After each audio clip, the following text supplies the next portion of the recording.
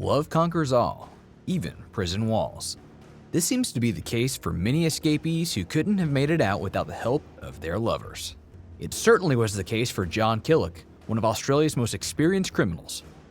In 1999, Killick took Australian news by storm when he managed to escape prison by helicopter. But he didn't do it all by himself. Instead, the whole escape was carefully planned by his girlfriend, a Russian librarian whom history dubbed Red Lucy. To be young, at heart at least, and in love.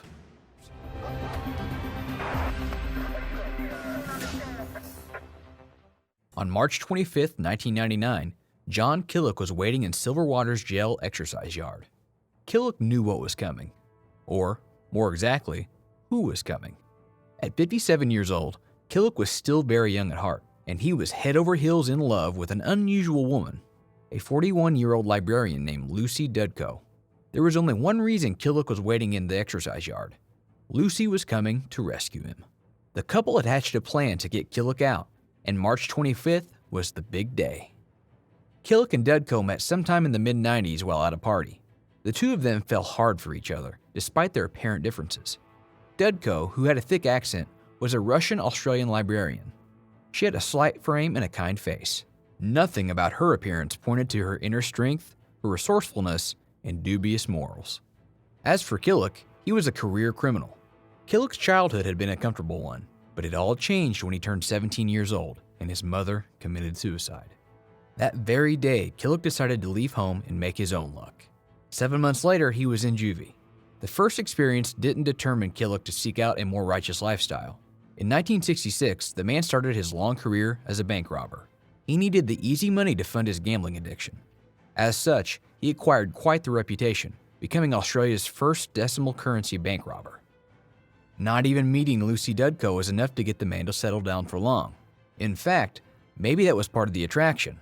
While Killick was definitely a skilled robber and a dangerous man, he was widely regarded as a gentleman. He had never physically hurt anyone. Once Killick and Dudko met, they embarked on an affair before moving to Canberra. Soon after, police came knocking. Years before, Killick had violated parole there, and authorities wanted him back in jail for it. It didn't matter what the authorities wanted. Killick and Dudko were together. They were in love, and nothing was going to tear them apart. The couple took off, leaving everything else behind. To make a living, John Killick began doing what he knew best, robbing banks. But the man's luck ran out, and he was arrested and imprisoned in Silverwater Jail in Sydney. Killick and Dudko's romance didn't fade away. They stayed together through thick or thin. At one point, while Killick was appearing at a courthouse hearing in Queanbeyan in southeast New South Wales, Dudko suggested she could break him out of custody. She had a gun, and she was ready to break all hell loose in order to help her beloved. But John Killick told Lucy Dudko to abandon the plan. It was too risky. Instead, the two of them hatched a better plan. They had plenty of time. Dudko would visit Killick 3 times a week at his prison. That's when they came up with the idea to use a helicopter. Silverwater Jail was the perfect ground, both literally and figuratively, for an escape by helicopter. Some believe the prison guards may be too easily used as an airplane landing pad when Silverwater was first erected and later rebuilt for about $84 million. The prison's perimeter was once patrolled by armed guards, but they were retired in 1995 and replaced with security cameras. Security cameras, as you might have guessed, aren't able to shoot any would-be escapees. As Killick waited in the exercise yard, Lucy Dudko was carrying out her plan. She was determined to free her boyfriend, no matter the cost. On the morning of March 25, 1999, Lucy booked a helicopter joyride. The pilot, Tim Joyce, was to take her over the so-called Harbour Bridge track, which included the Olympic Stadium and Village, Sydney Harbour, and Manly. There was nothing out of the ordinary about Dudko's request. With the Sydney Olympics only a year away, many tourists booked flights near the site. What was unusual about Dudko, the pilot noticed, was she had 4 shopping bags with her.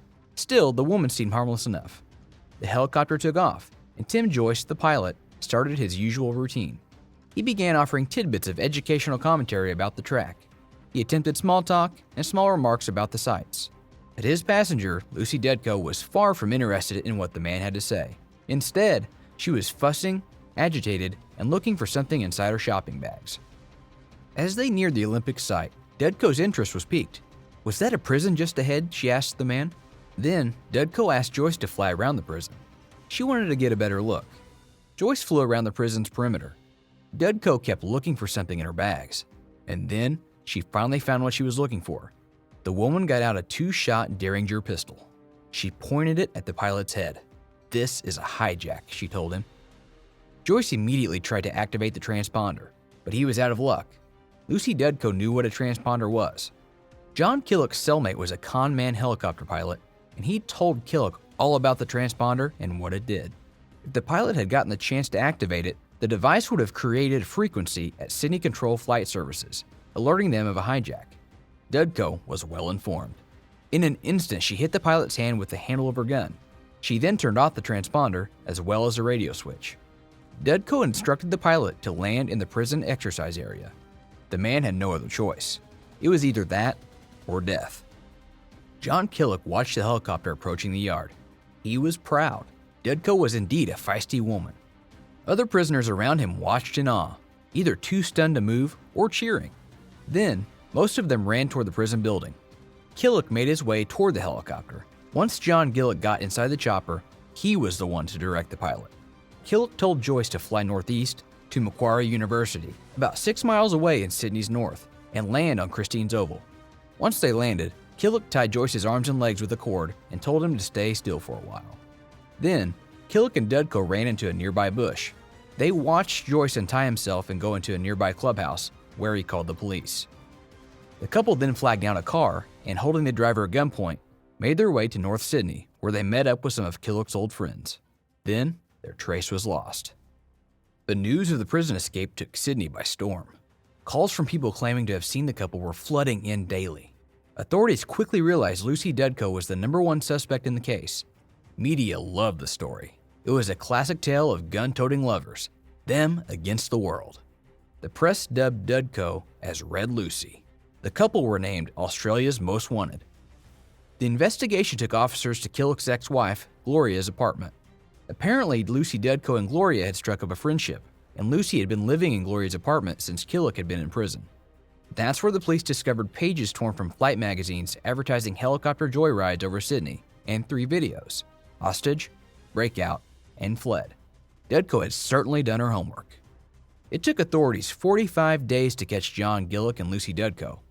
On May 8th, the two checked into Bays Hill Caravan Park in Sydney's west, renting a cabin under a false name. Apart from the false name, they'd done little else to disguise themselves. The two had only dyed their hair. Their cover was blown by the caravan park manager. Minutes later, their cabin was surrounded by police officers who used loud hailers to let the couple know their adventure was over. Dudko was convicted on 5 charges. She received a 10-year sentence. Killick was given a 23-year prison sentence. Their love story refused to die. For years, the couple exchanged more than 4,000 letters and 100 phone calls. They repeatedly made requests for permission to marry, but all of them were refused. Dudko was the one to call off the relationship. While in prison, she embraced religion and decided to move on with her life, without Killick. Lucy Dudko was released 7 years and 2 months after the escape. John Killick eventually got out of prison, on parole, and is now an author with 3 published books.